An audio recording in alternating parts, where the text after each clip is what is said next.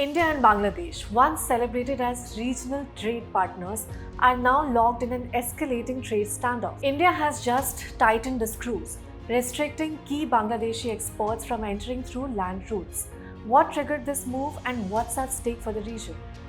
On 17th of May, India's Directorate General of Foreign Trade announced new import restrictions from Bangladesh.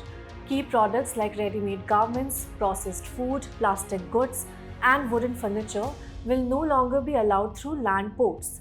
Instead, garments, which are Bangladesh's top export, can now only enter India via Kolkata or Nhava Sheva seaports.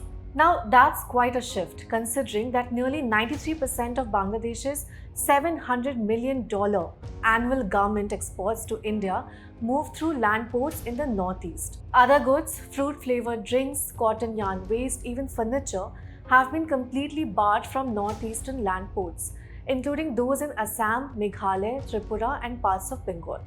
Essential items like LPG, edible oil, fish, and crushed stone remain exempt. But why this big move? Now, this isn't a one-sided move. It comes after Bangladesh shut its land borders to Indian yarn exports in April, cutting off nearly 30% of India's textile trade with Dhaka. Bangladesh also tightened rice checks, blocked multiple Indian products, and imposed new transit fees on Indian cargo. India says this has restricted market access, especially for manufacturers in the northeast who rely on cross-border trade. New Delhi initially pursued diplomatic channels, but after no resolution, it retaliated. Besides, Yunus's remarks during a recent China visit calling Bangladesh the guardian of the Indian Ocean didn't sit well with New Delhi. So India responded by limiting imports and cancelling a key transshipment facility that had allowed Bangladesh to use Indian ports and airports for exports. Now, this fallout is also domestic.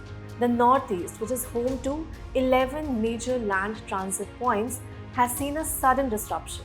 Industries in Assam, Meghalaya, and Tripura that are dependent on this cross-border exchange are facing losses. Local exporters are left with fewer options, and local manufacturers are losing market share in Bangladesh. But Indian officials argue this is also about reducing dependency. They say the move aligns with the Atmanirbhar Bharat initiative by encouraging local production and reducing import dependence. So how has Bangladesh responded? So far, Bangladesh is treading this carefully. Commerce advisor to Bangladesh's interim government, Sheikh Bashiruddin, said Dhaka hasn't officially heard from India yet. He emphasized dialogue and competitiveness, hinting that Bangladesh won't be badly affected, claiming that the country has built its own trade resilience. Yet exporters in Dhaka are alarmed, especially those in the garment sector. The sector now faces delays, higher costs, and shrinking access to the Indian market. India's trade curbs could cost Bangladesh nearly $770 million, impacting 42% of its exports to India.